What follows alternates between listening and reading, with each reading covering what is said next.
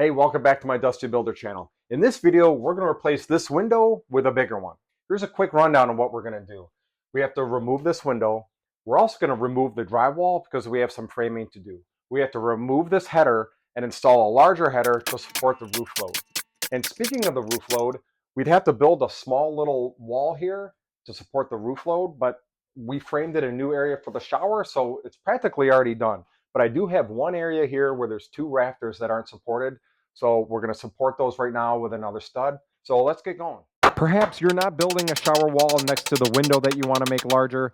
In that case, I would do what you see here. I would place a piece of 2x4 on the floor and ceiling and then wedge in a few studs to hold up that load. I used a Sawzall and cut that window out of the way and taken a few minutes to appreciate the nightmare that I've gotten myself into.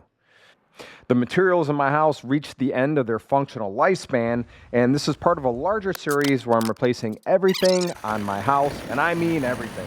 The windows, the siding, the Tyvek. We're going to be trying our hands at vinyl siding, and I'll show you some crispy details that'll drive the ladies crazy. But first things first, we got to get rid of this drywall. Okay, so we have all the drywall removed. Now it's time to do some surgery and get our new header in place. So our window is longer. So that means I have to get rid of these studs. And I also have to get rid of this header because the header is not wide enough. Even though the window is wider, it's going to be shorter. And everybody gets all upset that I install a smaller window. But the reason is I'm going to have a roof line coming down somewhere in here because we're going to do a screen-in porch, but that'll be later on. So let's get going. Let's start doing some surgery. To remove the header, I'm using the Sawzall to remove all the nails. And if you notice, the outside sheathing on my house is foam. I have an inch of foam, and this may be different than your house, but instead you would have OSB or plywood to contend with. But in my scenario, I have foam. All right, we can finally start piecing this thing back together. The first stud we install is called our king stud. It goes all the way to the floor, to the ceiling. And once it's plumb and level, we can nail it in place. At this point, I also determined that this stud here just needed a little bit of a haircut. So I cut that, and then I'm using a level to mark the height of the jack stud on the left. And the jack stud is going to go under the header, which we're building now. Now you'll notice when I'm nailing the header together, I have two pieces of 1/2-inch plywood in the middle, and that's going to give me the thickness of 3.5 inches for my header, which is the same thickness of a 2x4. Now to figure out the size of the header I use my Michigan code book. It has a span table in there that's easy to reference. It'll size your header for you based on your rough opening of your window. Show you again? Yeah, so I'm holding it like this. Well, it's going to have to kind of be out of the picture for now. Then I put this header up, and then after the header's up, I say, Cole, go. And then you're going to stick it under here, and then we tap, put tap, it in tap. there, and then tap it in. Yeah, but yeah. So let me go grab that.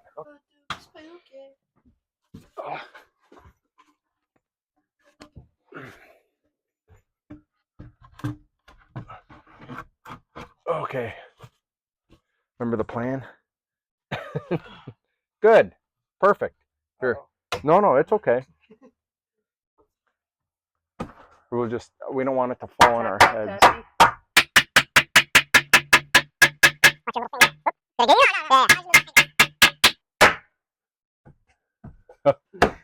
That's a rock. Yeah, give that a little tap. Yeah, nice and easy. Perfect. Okay. Cool. Cool. Hey, man. Oh, yeah. Only took all day. It only took all day. Good work. Hey, you think this is a DIY thing or no? What, to do it yourself? You think people should try this or no? Oh, God, no. No? Why? So you heard my son say this is not a DIY-friendly project. I would disagree. I feel like if you plan ahead and go slow, this can be accomplished by a knowledgeable do-it-yourselfer. Any idiot can install a header that's level. Oh, crap. Okay, so we have a jack in place, bottle jack. We have our header in place, but the header is off. We just have to jack it up a little bit. I think I cut too much off of this, so We'll jack it up a little bit and then fire something under there and go from there. I mean, it's not totally necessary, but okay, I'm not going much. Things are cracking. Okay, yeah, we picked it up. Well, if you can see that there, let's see how we're looking.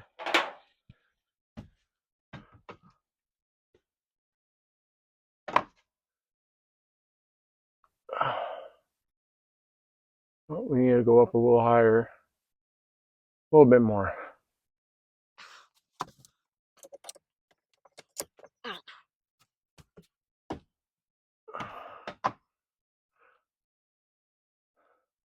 Not awesome. I think we're lifting everything up though. So instead of jacking up the one side, the higher that I continued to jack it up, it was basically jacking the entire house up. So I set the shims in place and lowered it down, and we were much better. Let her down, see how we did.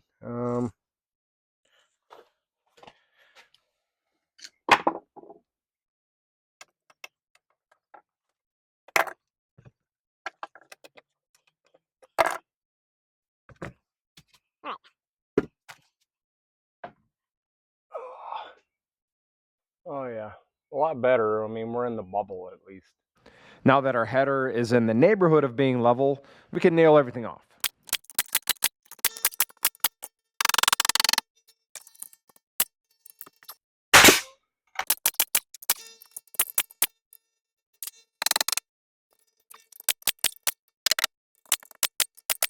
I was editing this video and I realized I didn't talk about the windowsill at all. It was super hot that day and I think I was getting delirious towards the end of the day. But real quick, I want to talk about a few things with the windowsill. First though, I want to talk about the 2x4 underneath the header.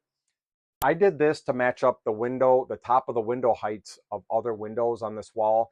If I had windows that were different heights, then that would be something that would catch your eye. So I just did this to match up the height of the window that's in a bedroom over there. Another thing I did is I made sure when I installed this sill that it was perfectly level. So if I put a level up here, I'll do a close-up, but it's perfectly level. And if you have that, you're well on your way to installing a window. And then all you have to do is set the window on a couple shims and you're on your way. And the last thing, if you notice, there is another piece of wood on the sill here, and that's a piece of siding. I've created a slope sill pan. This is part of installing a window that's 100% waterproof. If this interests you, stick around for the next video. I'll show you how you too can install a 100% waterproof window. And we're also standing in a master bathroom. I'm doing this as well. So if this kind of stuff interests you, make sure you like and subscribe. See ya.